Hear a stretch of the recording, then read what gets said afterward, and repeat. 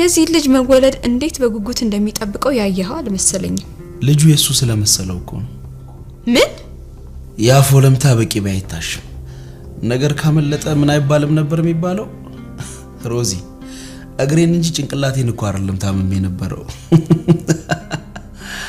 ያልሽኝን ቃል በቃል ነው በደንብ ማስተዋውሰው ለዳዊት አርግዤለታለሁ ምናልባት ልጁ የሱ ከሆነ ታውቂያለሽ ልክ እንደ ህፃን ልጅ ያረጋሽ እኮ አይገርምም አንተ አጠገቤ ካለኔ ሁሌ ምጻኔ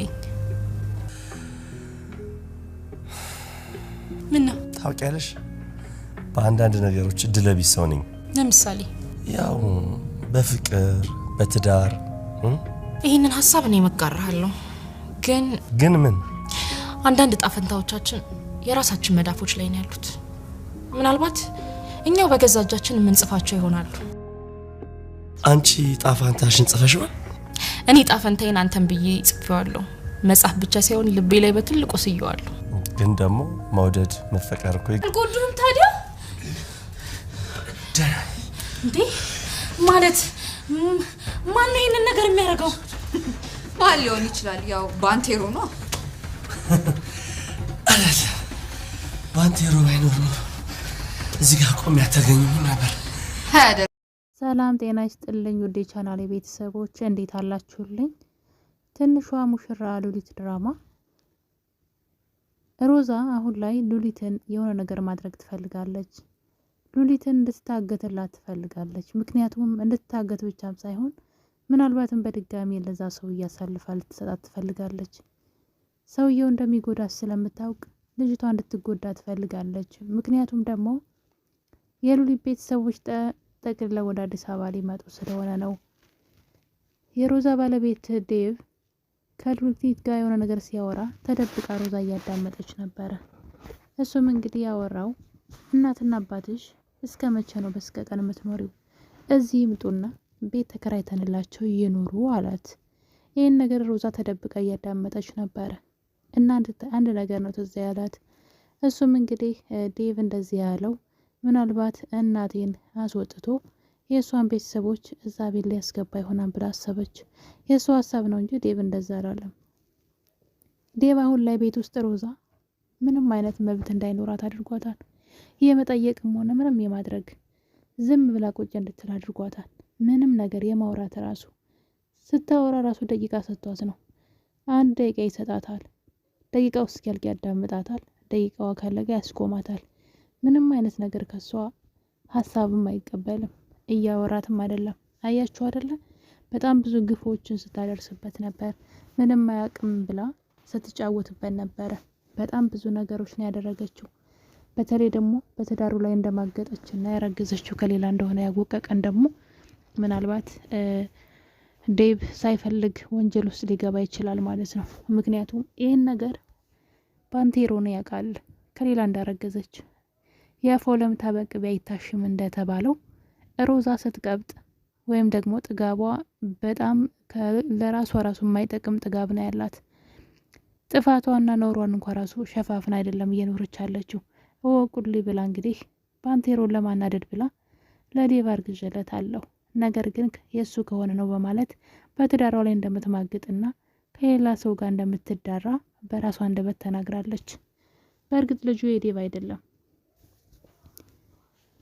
እኔኮ ዴቭ ምን ቢያደርጋት ነው በዚህ መጠን ከሱ እንኳን አርግዛ የሱ ንብረት እንኳን ለመካፈል አልሞከረችም ከሌላ አርግዛ እኔ ምን አይነት ማለት ጥፋቷ ሁሉ ይቅር የማይባል ረራይ እንዲደረግላት የማያደርግ ነው ያደረገችው ነገር ሁሉ ማለት ነውና ዴቭ ደግሞ እንግዲህ ችሎ ምንም አይነት ክትትል ሳያደርግባት ሳይጠራጠራት ዝም ብሎ ሲኖር ነበርና በራሱ ጊዜ ያ መጥፎ ስራዋ ነው ገንፍሎ የወጣው እንጂ እሷ እንደሷ ስራ አይደለም ወይም ደግሞ እሱ ተከታትሏት አይደለም እንግዲህ አሁን ላይ እሷ ምንም ነገር ማድረግ የማትችልበት ደረጃ ላይ ደርሳለች ማለት ነው አሁን ላይ ዴቭ ምንም አይነት መብት እየሰጣት አይደለም ቤት ውስጥ እንድታወራም እንድታዝም እየፈቀደላት አይደለም ቤት ውስጥ ተሳቃና ተሸማቃ እንድትኖር እያደረጋት ነው ነገር ግን እሷም አሁንም ድረስ አልሞት በተጋዳይነቷን ቀጥላለች ሌሎች ተንኮሎች እያሰበች ነው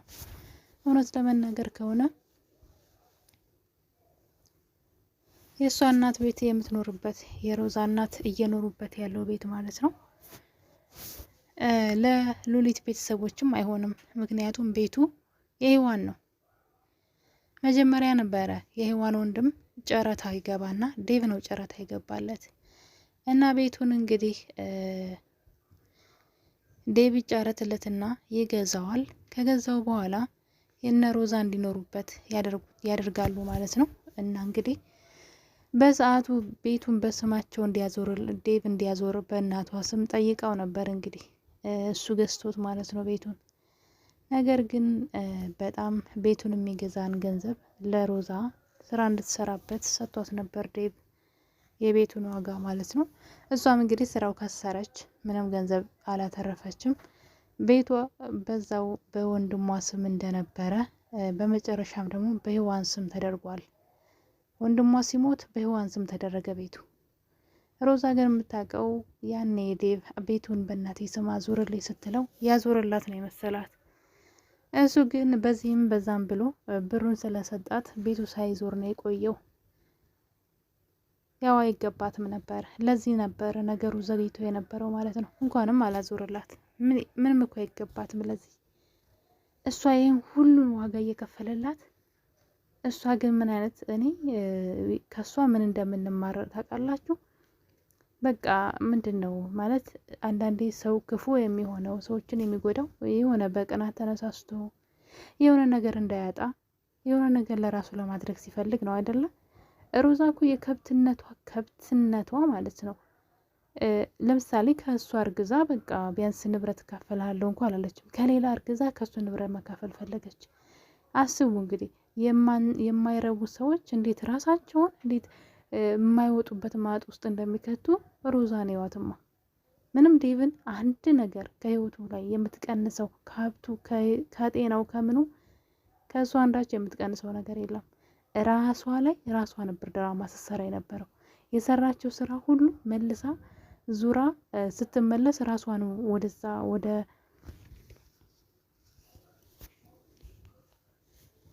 ወደ ጫረችው ጉድጓድ ራሷን ይከታታል ማለት ነው። አስቡ እንግዲህ የዘራችው የሄደችው ቆሻሻ ነገር ሁሉ ስትመለስ ራሷን የምትረግጠው ምንም ያግዛት ሰው እንኳ የለም። እና እንግዲህ ከመጀመሪያው ጀምሮ ተግባሯን ካያችሁ ምን ለማግኘት እንደሆነ ራሱ አይታወቅም። በቃ ክፉ ስለሆነች ብቻ ነው። ክፉና ጥሩ ነገር የማይገባት ስለሆነች ነው እንጂ ሉሊት እንደዛ ስታሰቃያት የነበረው ሉሊት በድላት አልነበረም። ያላደረገችላት ነገር የለም ሉሊትን። ነገር ግን አሁንም ሉሊት በመልካም ልቧ ጸንታ አለች እና ወደፊት የተሻለ ከፍ ያለ ነገር ነው የሚጠብቃት ሉሊትን። የትኛዋ ግን መከራ ነው የሚጠብቃት። ጠገበች ዝም ብላ ከመሬት ተነሳ ያለ ምንም ምክንያት ክፋት ብቻ ሆነ ስራዋና ባንቴሮ እንኳ ያመጥፎ ሰው የተባለ ሰው ተቀይሮ ለሰዎች ሲያስብ እሷ ጭራቅ እየሆነች ከቀን ቀን እንደው እኔ በጣም ነው የምገረመው በሮዛ ማለት ነው። እና ሮዛን ይዋት የመሬ ነው ምላችሁ። ይህን ድራማ የምትከታተሉት ሰዎች የሮዛን ተግባር ተመልከቱ። ምን እንዳደረገችና ምን እንደሆነች እስከ መጨረሻው ይዋት ተግባሯንና በቃ ለመጀመሪያ ጊዜ ድራማ ላይ ሰው በራሱ ክፋት ራሱ ሲወድቅ ማለት ዝም ብላ ምንድነው አወሳስባ ታሪኳን ማለት ነው ባዶ ስትቀር ዝም ብላ ከመሬት ተነስታ ችግር መፍጠር ጀመረች። ለራሷ ነው ያ ሁሉ ችግር ተጠራቅሞ ራሷን ሲጥላት እንደማየት እኔ አሁን የምትይዘው የምትጨብጠው ነገር የላትም። የተኮራራችበት ሁሉ ነገር ባዶ ሆናለች። ባዶ ምንም አይነት ተስፋ የላትም። እና በቃ አሁን ላይ ያገኘችውን አጋጣሚ እየተጠቀመች ሰዎችን መጉዳት ትፈልጋለች። እና ዋነኛዋ ደግሞ ምንም ያላደረገቻት ያችው ወደ የገባች ሉሊት ናትና አሁንም ወደ ሉሊት ፊቷን አዙራባታለች። እሷን አሁንም ማሳገትና ማሰቃየት ትፈልጋለች። ወይም ደግሞ ለዛ ሽማግሌ ቤተሰቦቿን ትታ መታሷ ቤት የተሰቃየችው ለዛ ሰውዬ ያን ሰውዬ ላለማግባት ያን ሰውዬ ለዛ ሰውዬ ሚስት ላለመሆን ነውና ያንን ደካማ ጎኗን ስለምታውቅ ስንት ጊዜ እንግዲህ ከዛ ሰው እንደዳነች ሮዛ ሰልፋ እየሸጠቻት ማለት ነው። አሁንም እንግዲህ ያላት አማራጭ እሱን ማድረግ እያሰበች ነው። እናቷ ከቤት ከምትወጣና የእሷ ቤተሰቦች ወደ አዲስ አበባ ከሚመጡ ሉሊትን ማስወገድ ወይም ደግሞ የሆነ ነገር ማድረግ ትፈልጋለች። ዴቭ ካልጠበቃት አሁን ላይ ሮዛ ተስፋ ስለቆረጠች ያገኘችውን አጋጣሚ ነው የምትጠቀመው። ሌላው ደግሞ እንግዲህ ሉሊት አሚን ሂዋን ማለት ነው። ያው ሂዋንና ዴቭ በጣም ይዋደዳሉ። አሁን ላይ ትዳር ላይ ስለሆነ ግራ ገብቶት ነው እንጂ ዴቭ ሚስቱ ወልዳ እስኪፈታት በጣም ነው የጨነቀው። በጣም ነው ሮዛን የጠላትና ነገር ግን ሂዋን አሁን ልታርፍ አልቻለችም። እናም እንግዲህ ሮዛ ወደ በሩ ትወጣለች ድንገት ማለት ነው። ዴቭና ሂዋን ሲሳሳሙ በአይኗ በብረቷ ነው ያየችው። በአይኗ በቃ አታምጠው ስለው ማለት አሁን ነው እንግዲህ ሮዛ ምንም መብት የላትም። እንዴት ምናምን ማለት አችልም። የእሷ ጉድ መባለጓን መወስለቷን ባሏ ባያቅም አሁን ላይ በሱ ትዳር ላይ ስለምትኖር አስቡት እንግዲህ